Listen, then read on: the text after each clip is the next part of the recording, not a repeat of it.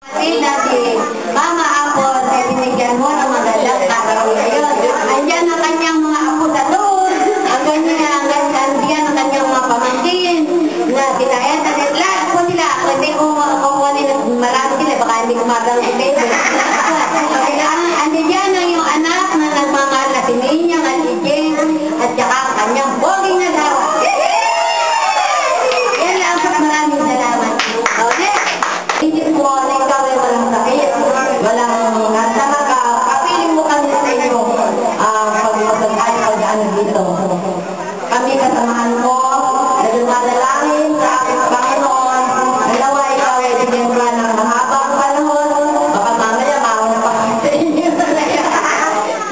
Kaya huwag mo inisipin, ikaw ay meron may nadamang ganyan. Kaya maging maligaya, kasama yung mga anak at asawa, mga kapatid, mga pamangkin, nagiging masaya tayo. Apo sa tuhod, masaya tayo sa araw na ito. Kaya huwag mong pagabayaan ang iyong katawan at huwag kang makakalimot sa ating Panginoon. Yan lamang at Mama Apple, happy 60th birthday.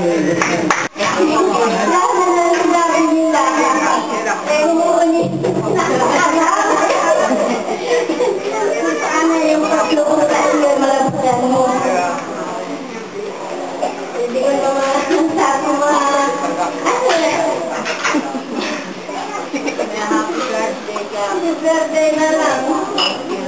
Kakataran si Kamal. Mayroon yung biban mo eh. Ang masasabi ko lang, happy 60th birthday. Parang 50 na minutes po niya, ano?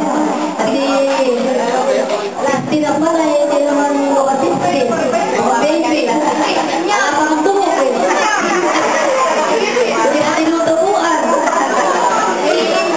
Ang wish ko lang, yung continuous sana yung kanyang pagaling. Kaya maingay kayo!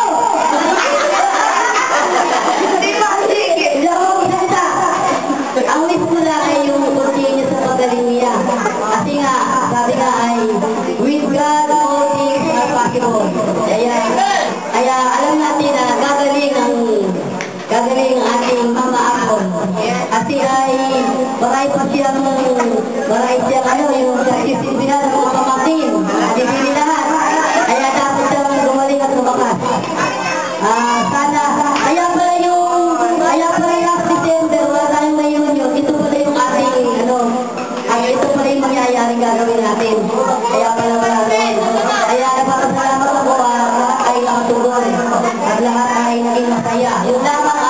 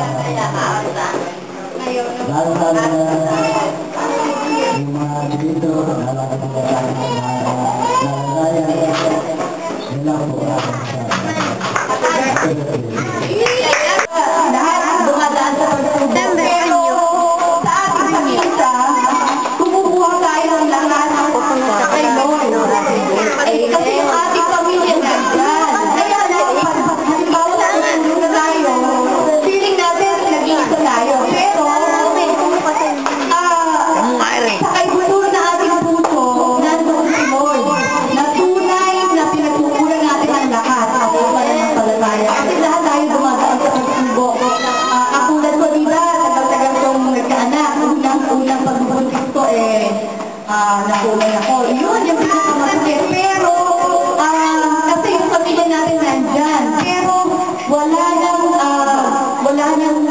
lalakas pa sa tunay na pananampalataya sa ating Panginoon. Kaya, alam ko, si Mama Apple, kaya yung pagdaanan itong pagsulog na rin. Sa lahat ng mga nagmamahal, siyempre, katulong tayo sa pagdasal. Hindi lang siyempre kay Mama Apple, sa ating lahat, kasi kailangan natin magsama-sama ng matagal na panahon para makakasaya tayo sa pagdiliw mga